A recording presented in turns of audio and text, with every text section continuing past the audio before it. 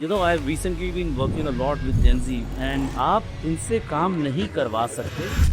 What are the few biggest mistakes that patriarchs are doing? No patriarch believes that he'll die. Well, that's why they don't make a will. They don't want to sort out succession problem while they're living. The messaging to the kids by the parents is, this is too much of a grind. You will not be able to get through IIT. Is your child not even capable of taking accountability from the professional? Sell the business, get out, wow. And I give one more example. Suppose the father-in-law puts pressure. भैया वो 100 crore का जो आपका हिस्सा वो तो मिलना ही चाहिए. My view is very simple. Laws should be kept out. Founders never really retire, they just pretend to. They don't even pretend to. Blood is thicker than performance. No. There is no quarrel with the fact that blood is thicker. लेकिन non family को मेरे sir पे मत बिठा देना. That's where the thicker blood gets dirty.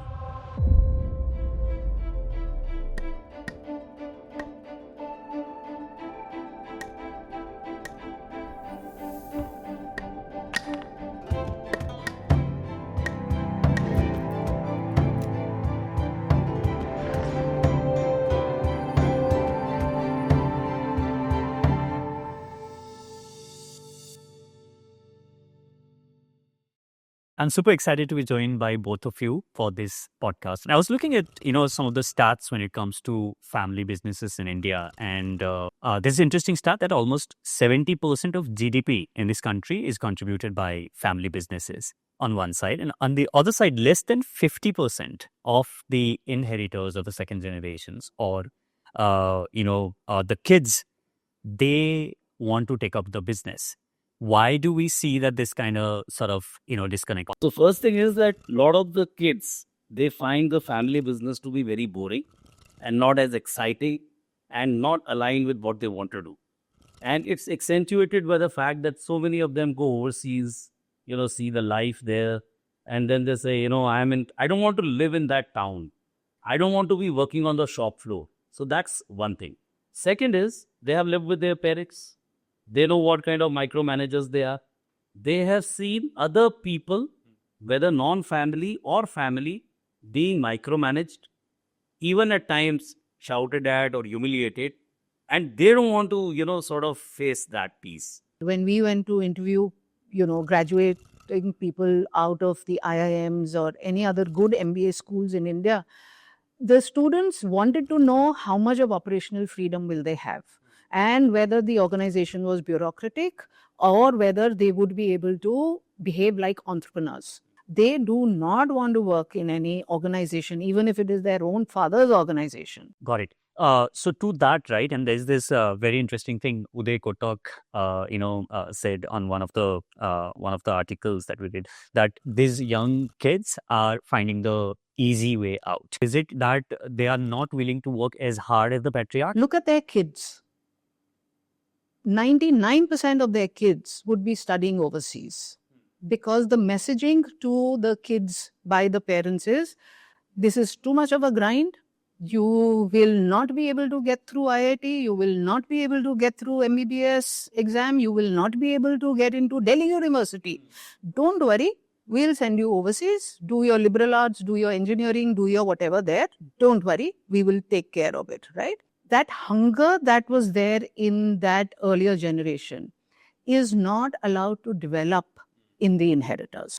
And if that hunger is not there, they will take the easy way out. I think there is a very, very large number of people who want to do something. Now that something is different from the family business. So there would be one category, those who just want the good life. But I don't think a large number of them just want to add you around. They want to follow something which is closer to their heart. Many of them have not figured out, but they definitely know ye nahi karna hai.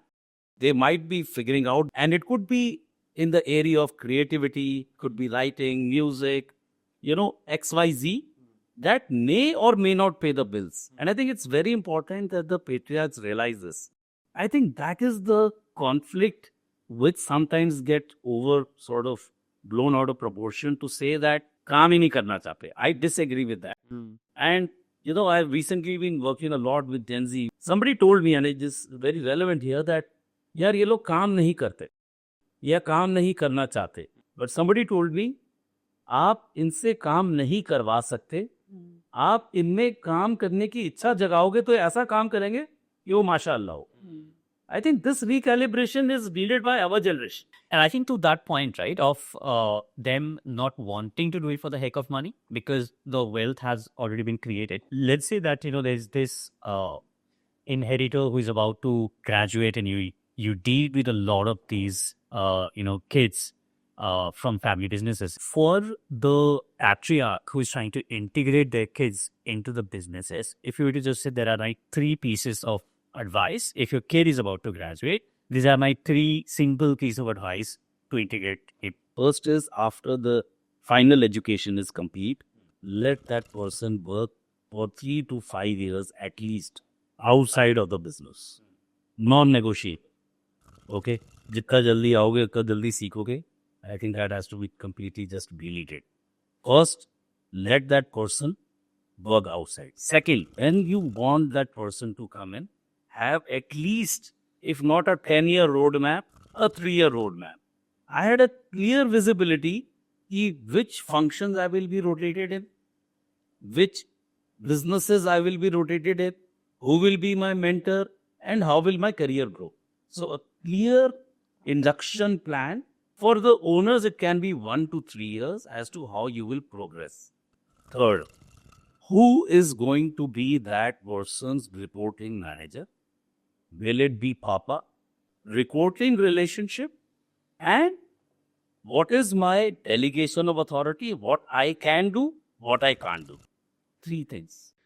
So we're talking about, patriarchs like Dilip Piramal from VIP coming out and saying it publicly that my kids, they don't want to take up the business, while daughter spent almost a decade trying to work that business out and facing the public failure, and yet, having this statement. What are the few biggest mistakes that patriarchs are doing? So I won't call that a mistake.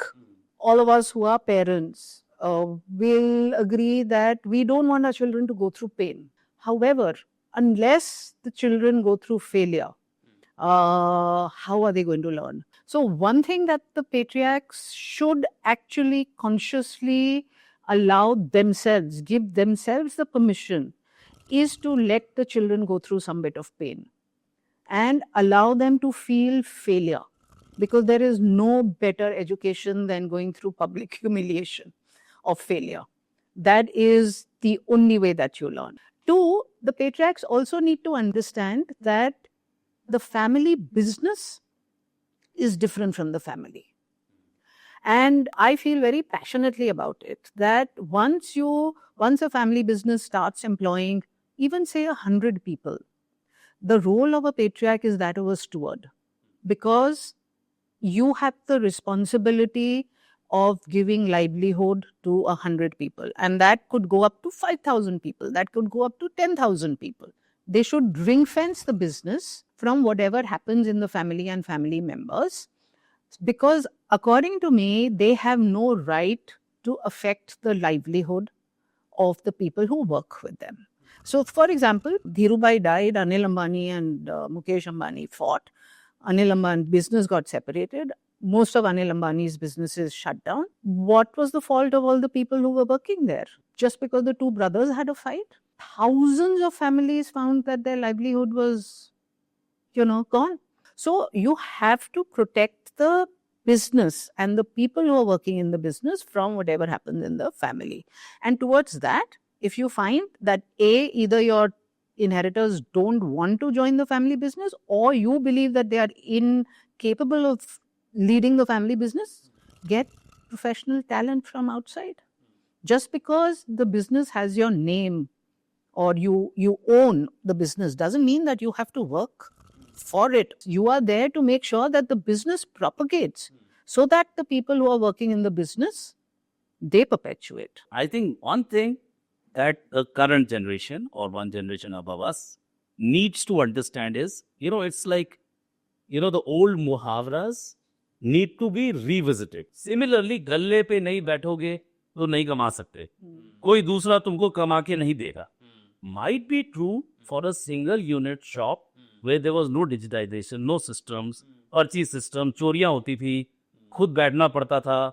Now I'm saying the patriarch need to understand there are enough and more systems, processes, policies, protocol. You can layer it in so many ways that even if your so-called child is not physically coming to the Dalla every day, the people you have hired as professionals are accountable and are delivering results. Somebody has to take accountability. Is your child not even capable of taking accountability from the professional? If that is true, sell the business, get out, take valuation, paisa kamao, pao. Got it. And I think the inheritors have to take on that responsibility, whether by them being at the helm or by getting somebody else at the helm. Otherwise, it's such a colossal waste. But there are very few such examples of handing business to a professional. So if you were to say, like, these are the three, 1, 2, 3, pointers in terms of why is it so difficult? I think it comes from self-awareness. If I am a person whose life is only the business, right, I will never let it go. If you take my role in the business away, what is my relevance? A, in the business, B, in the family, and C, in society. My standing in the society is because I am the owner of that business and I run that business. Yeah. But I think the smarter business owners understand that owning the business is not equivalent to running the business, and that nobody can take away from the fact that you own the business. Your wife is capable of running the household by herself. Your children have their own lives. What do I do? So if a patriarch does want to give up control, A, they need to find something else to do, something that will give them the same respect and the same relevance. Pioneers in that was the Burman family, the Dabur Group. They did it in the mid to late 1990s, right? And they called in McKinsey or one of the top consulting firms and told them that figure out a way that we are redundant in the business. And today I am told, subject to correction, but I am told that no Burman can work in Dabur. So they have professionals who run it. Once a quarter, the CEO and other management comes and presents, the business plan, business results. The family gives guidance to the professionals. Second part is non-family guy coming at the helm of affairs, right? Anybody who's worked in family business for 4 or 5 years, he is very, very clear that he will report to blood. And he's fine with it. But when I know that blood is going to run thicker than my performance, what will make them to, stick around in these businesses? I think this is more of a myth sort of propagated by people who have never worked in a family business. I worked in lands. Okay. Now, I could be earning salary more than what an MNC was paying. I might be having more power. I may be listened. There is no quarrel with the fact that blood is, thicker. I'm very much okay with it. Problem कुछ और है. तुम अगर हमको ना चाहो तो कोई बात नहीं. तुम किसी और को चाहोगे तो मुश्किल होगी. Means आप फैमिली के हो, आप मेरे से रिपोर्टिंग ले लो. मैं 50 का हूँ, आप 20 का के हो. लेकिन 40 साल वाले प्रोफेशनल को, नॉन फैमिली को मेरे सर पे मत बिठा देना. Just because you have more affinity with it. That's where the thicker blood gets dirty. No, it is, up to me, it's a question of a mindset. If you invest your time in building loyalty in a family business, you stand to gain more because the owner is not going anywhere. So your loyalty gets rewarded. In a professional organization, the CEO changes. You've invested 10 years of your life building loyalty to the CEO. The new CEO comes. Your loyalty is seen as a liability. So Rajiv, this is, for you, in your word, in Lala Company, the owner's word is law. So when you are a professional and especially a non-family employee, how do you sort of react to that? First is that if you're joining a family business and if it's your first time, if you're coming from an MNC, I think you had it. There should be enough courses in India. Acclimatization जैसे कहता है ना, Mount Everest में base camp. पहले वही base camp में उसको 2-3 महीने brain wash करना पड़ेगा. कि मेरा वचन ही शासन है. Okay. So that's what happens. But I think smart people understand and they don't get senti about it. Okay. So if, the owner's word is last, so be it. So be it. So be it. If my self-esteem is so low, if my self-concept is so low, कि उसने बोला ही कैसे, then it's a different issue. However, issue is not that. Issue is that it doesn't stop at my word being law. When it goes into behavioral aspects like thumping the table, shouting, screaming, humiliating, and saying one thing today, another thing tomorrow. So कल आपने एक brief दिया, so the person brings you that thing, then you get fired for that. So this is what is troublesome for a professional rather than my vachan ही शासन है. भाई आपका वचन शासन है, लेकिन you cannot abuse me. You cannot give me different instructions every day. And then yesterday what I was praised for, today I am being fired for that. So this ever-changing goalpost and flickering thing, this is what causes trouble with professional. The issue which family business owners need to fix if they want to get in good professionals and retain. So I think the Tata model of custodianship does one simple thing. It removes the entitlement and मेरा हक है शासन करने का. Once you remove that entitlement from your mindset, what happens? You become a better listener. You understand that you are not invincible, that you are not God. So that custodianship is not only about wealth. It's also about the state of being that I can learn from anybody. And ultimately, I'm mortal. यही छोड़ के जाना है. So I'm a custodian for the next generation.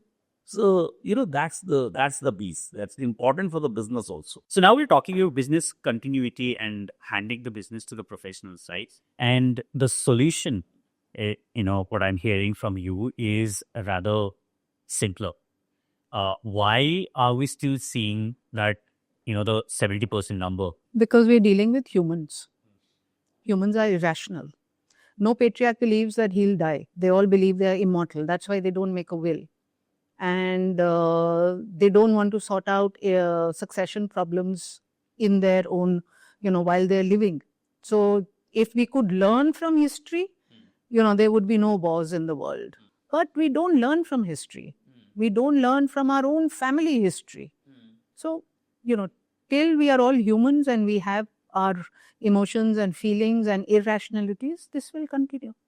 So, Rajiv, only 2 out of 10 businesses have their succession planning on paper. It's something inevitable, right? So why is something so evident difficult to put on papers? So I think it is because of something which I call delusion, similar to what Sonuji said. एक तो मैं कभी मरने वाला नहीं हूँ. Secondly, ये कहाँ जाएंगे? बैठेंगे इधर ही. My kids are going to come back and work. And more bigger reason is when the family is extended. So the third delusion is सब मिल बांट के अच्छी तरह प्यार से बिजनेस चलाएंगे.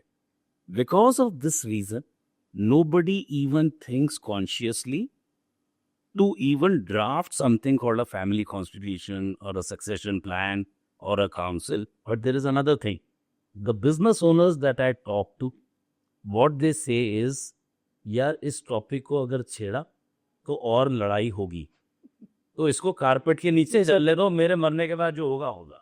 Now, I think in the last, if you see family offices and, family consultants, so many years. So I think above 10,000 crore companies or above 5,000 or 10,000 crore have that realization.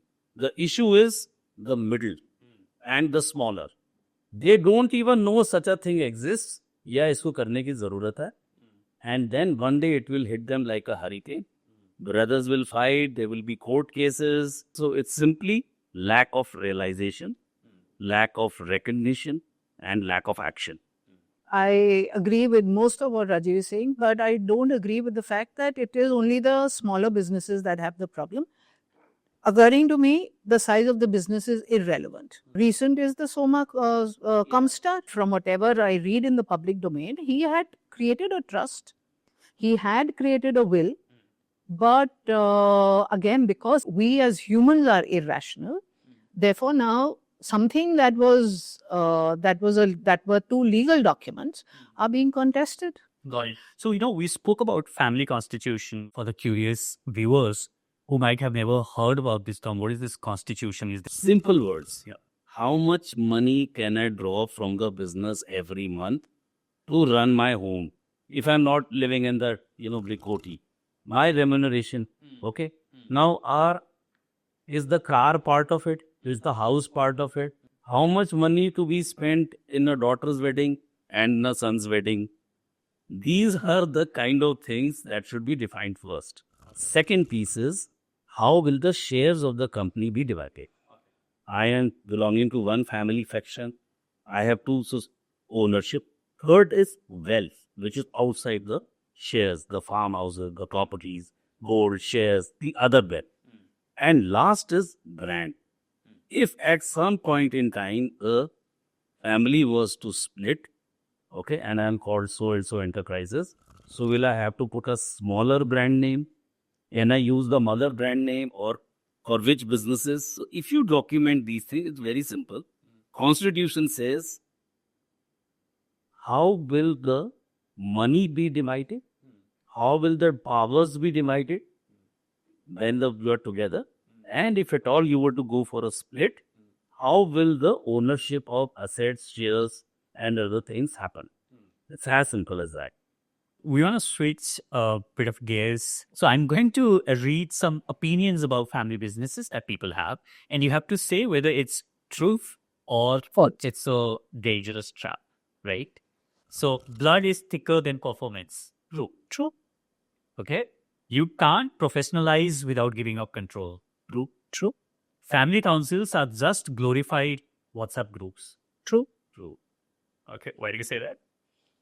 It's just for namesake. It's a checkbox most of the time. Yeah, at the end of the day, any agreement, any council document is a piece of paper. If the intent is not to follow it, you won't follow it just because it's written on a piece of paper.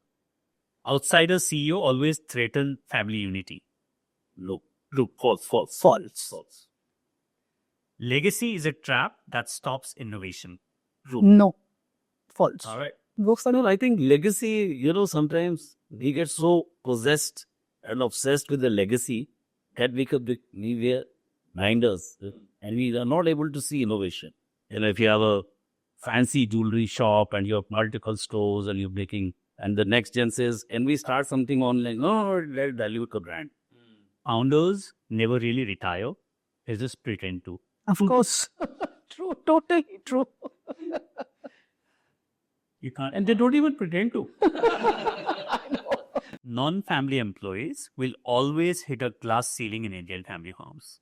Yeah, partly true. Yeah. You can never be the owner. You are just an employee. So this is the last one. Indian family businesses will always be a generation away from split. True. A split is only a generation away. Not true only for Indian businesses. It's kind of universal. Yeah. After particularly the Godrej split, everyone had the same question, right? When is it healthier for family to stay together? And what are the signs that ideally sign for us to split before it gets dirty and messy? When the going is tough, it's best for the family to stay together. That is the time they should not think of separating. When the going is good, when the businesses are doing well, that is the time to think of how to split the business so that this large business can be made into 2 or 3 small, relatively smaller businesses. What happens is that when times get tough, that's when all the insecurities rise. And that's when people want to say, protect whatever little of their inheritance or whatever little of their assets that are left. That is a time when the family should be together, pull together, come out of the crisis and think of division only when the going is good. I think one of the signs I would catch, while I largely agree with Sonuji, is that one family faction is saying, let us expand, let us do this. And the other family faction is saying, conserve cash, खबरदार एक रुपया इकट्ठा. अगर आपके इतने divergent views हैं, then either you split or you have a governance mechanism. Misalignment is okay, but when it is divergent, one wants to run, one wants to exit, one wants to expand, one wants to consolidate. तो भैया एक बार तय कर लो करना क्या है, या तो आप चला लो या मैं चला लेता हूँ, मेरे को मेरा दे दो, मैं निकलता हूँ, आप चला, something like that. So I want to talk about the second gen mindset and behavior. There's like, a lot of modern Indian inheritors feel that there is performance anxiety, there's fear or judgment, and also like, internal pressure that I have to prove to this figure after doing all of this. You will still be said that aap to abhi achhe ho. So there is this feeling that I feel the second generation or the inheritors are constantly feeling. What are some of those things that they are revealing to you? Suppose I am the inheritor and my father gave me the business at 500 crores, and unless I make it 5,000 crore, I'm useless. So I will ask my father, sir, what is the CAGR of last 3 years?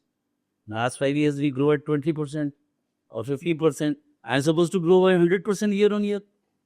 Because of all this emotional crap, sorry to use the word that goes on, simple है ना, 5-year vision plan बना लो, ये समझ में आ गया. So then the expectation goes out. Second, I think it is very important that nobody, including the patriarch, chacha, tau, has the right to demean any member of the family.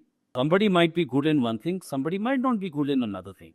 So judging by that single dimension, कि उसने कितना द्रोह किया, is not okay, because that person is not firstly solely responsible. Third, and this is the advice I give to inheritors, have a life outside the business.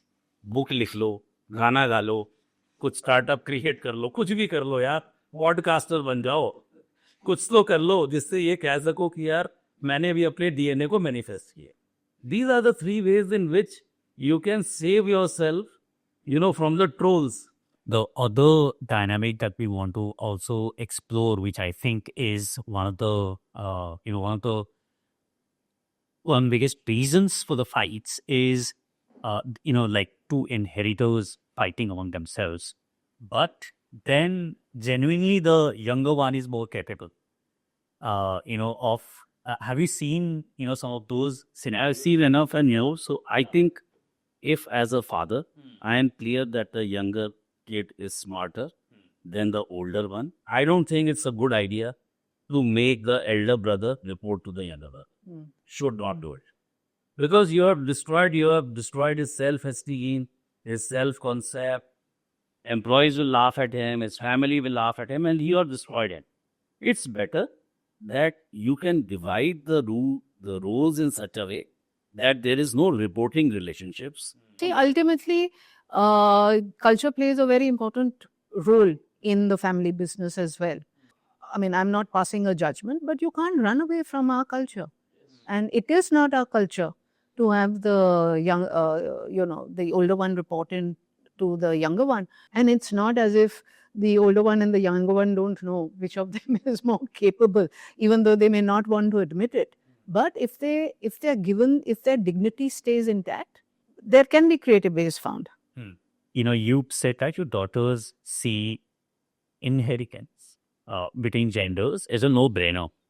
It's equal, and it has to be passed on equally to no matter it's a son or daughter and stuff like that. And in India, is that like becoming a norm, or is there still some hesitation in passing the inheritance to a son versus a daughter? I think in India, the two-child syndrome has taken care of that problem. Because 40 years ago, 50 years ago, successful people had 8 children, 10 children. One of them would have been a boy. And therefore, by natural desire, the business went to the boy. Now, when most people have 1 or at most 2, and if both are daughters, they have no choice but to hand over the business or to give the daughters an option to come into the business. Soluji is right. When you have daughters only, then it's like no-brainer. But when you have a son and a daughter, I think we are sitting on a ticking bomb, because most of the families I still talk to, they say, "Oh, daughter, I have spent money in the wedding, and business obviously goes to my son. And anyway, I don't know whether the daughter will be in India, where she will get married, what her husband will be doing, etc., etc." And I tell them, you're sitting on a ticking bomb. Because tomorrow, if she comes and says, okay, but I have 50% share in the business or 50% share in the wealth. So it's very important now to clarify. Earlier, daughters did not have that expectation. Now they had the expectation of having a 50% right. So better to clarify and take it in writing. That was आपकी शादी हो गई है, आपका business में property में कुछ नहीं. Otherwise, you are just setting up the brother and sister up for a fight. And I give one more example. Suppose, the sisters or the daughter's intention is she doesn't want anything. But suppose the father-in-law puts pressure. भैया वो 100 करोड़ का जो आपका हिस्सा वो तो मिलना ही चाहिए. फिर क्या करोगे? So clear होना चाहिए. The understanding has to be that even if you have the shares, you cannot sell the shares to anyone. The father or the brother has the first right of refusal. So, when it comes to in-laws getting involved in the business, so does it just complicate the whole, the whole business and the inheritance? पहले मैं ये बोलता हूँ, पहले ही कम है क्या? खरीदे life में उनको भी ले आओ. So in-laws should be, my view is very simple, kept out. Better to avoid their involvement directly or indirectly in the family. There can be exceptional situation where the business is too big, children are just one or two, and the in-laws are very capable and there's a lot of synergy. But I said that would be less than 1% or 0.01%. In general rule, avoid. Yes, avoid. Now, it might sound very mean, very petty, etc., but I think lesser complications you bring into the equations, more chances of solving are there. Clarity, communication, and self-awareness. I think that's a great way to end this conversation. This has been a great episode. I learned a lot about family businesses. This was a great enlightening session. I think there has to be a lot more conversations that can actually help them navigate. Thank you so much for joining us. Thank you. It has been very, very interesting. So thank you for having us. Thank you. Awesome.